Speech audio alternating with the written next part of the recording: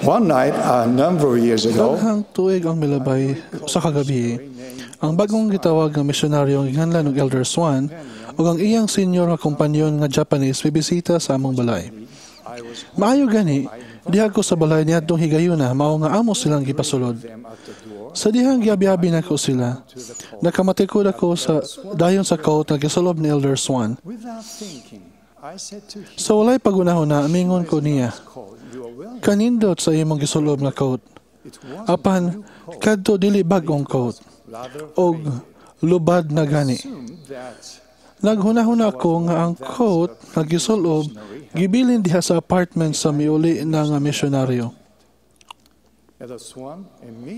Si Elder Swan diha dayon mitubag sa akong gisulti.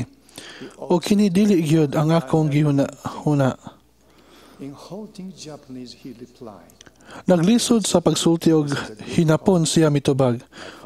Nindot gyud ni nga coat. Gisulob ni nga coat sa akong papa ni adtong nagserbisyo siya isip usa ka misyonaryo sa Japan, sobra na sa 20 ka tuig ang milabay. Ang iyang papa miserbisyo sa Japan o kaya ma-mission. O sa diha ang iyang anak nga lalaki mo serbisyo og mission sa Japan, gihatag niya ang iyang coat. Kini nga litrato nagpakita sa coat sa duha ka henerasyon nga gisulob sa mga Elder Swans sa Japan. Natandog ko sa dihang nakadungog ko sa mapulong ni Elder Swan. Og akong nasabtan karon nganong gisulob ni Elder Swan ang coat sa iyang papa samtang nagproselyte siya. Si Elder Swan mialagad sa iyang misyon nga nakapanunod sa gugma sa iyang amahan alang sa Japan o sa mga tao niini. Sigurado ko nga pipila ninyo nakasinati og susama niini. Daghang mga misyonaryo nga nagserbisyo sa Japan, misulti nako nga ang ilang amahan, inahan, lolo, o sa ilang mga tiyo nakaserbisyo usab og misyon sa Japan. Ganahan ko nga mapalahiyag sa akong sinsirong gugma, pagtahod, o pagbati og pasalamat sa tanang returned missionary nga nagserbisyo bisan asa sa kalibutan. Sigurado ko nga kadtong inyong natabangan nga makabig wala makalimot kaninyo. Pagkatahom, ibabaw sa kabukiran sa mga tiil, niadtong na nagdala sa mga maayong balita. Usa ako niadtong kinabig. Nakabig ko sa edad nga 17, sa diyang estudyante ako sa high school.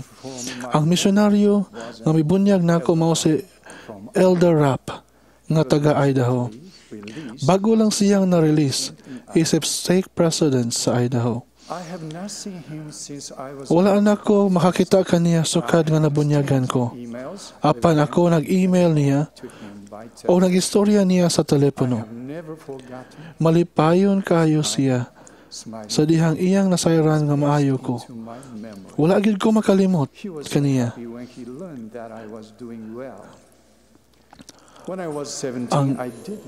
Ang iyang mabination, mapahiyumon nga naong na kulit sa akong pahinumduman. Nalipay kayo ko. Sa 17 anyos pa ako, wala pa ako makasabot sa mga mensahe nga gitudlo sa mga misyonaryo. Apan aduna ako espesyal nga pagbati sa mga misyonaryo.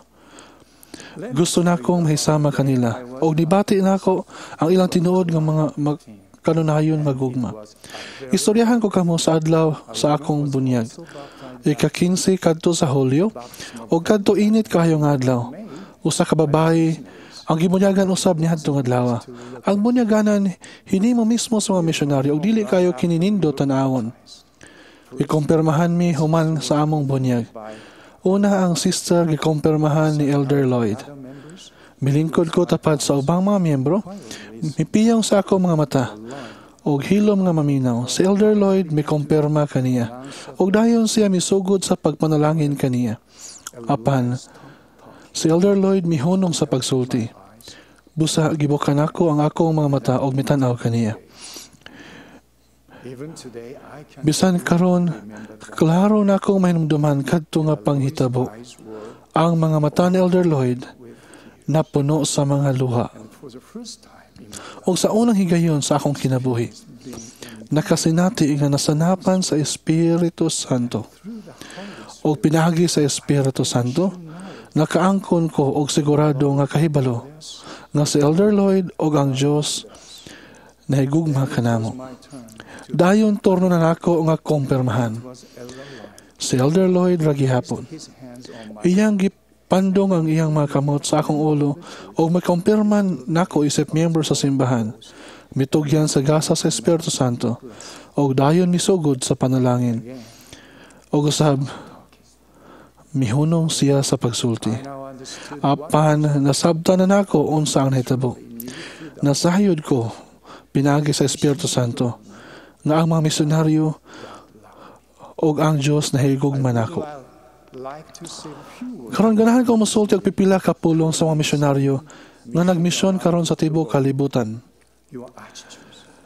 Ang inyong kinaiya nga gipakita o ang gugma nga inyong gipakita ngadto sa uban, mahinungdanon kaayo nga mga mensahe.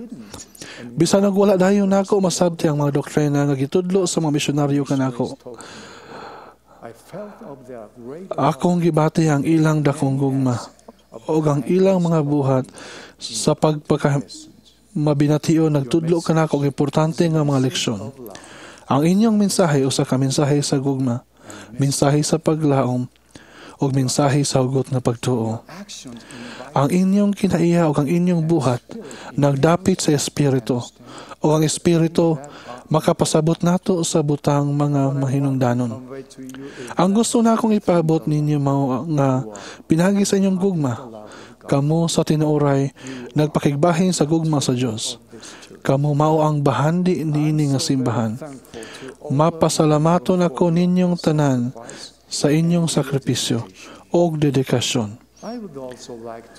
Ganahan ko mamulong usab ninyo nga umabot nga mga misyonaryo. Sa akong pamilya, upat sa among mga anak nagserbisyo og misyon. Ug ang ikalima namo nga misyonaryong mosulod sa Provo Missionary Training Center sa katapusan niining bulanan. Ang among kinamanghuran nagplano nga magmisyon human sa paggraduar sa high school sunod tuig. Mao nga ako mosulti sa akong mga anak nga lalaki o kaninyong tanan sa pagpangandam sa pagserbisyo og misyon. Importante sa pagdala og tulo ka mga butang sa inyong misyon.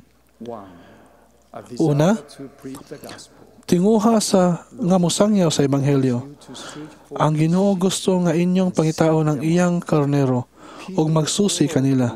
Ang mga tao sa kalibutan naghulat ninyo. Palihog at tuwa dayon sila.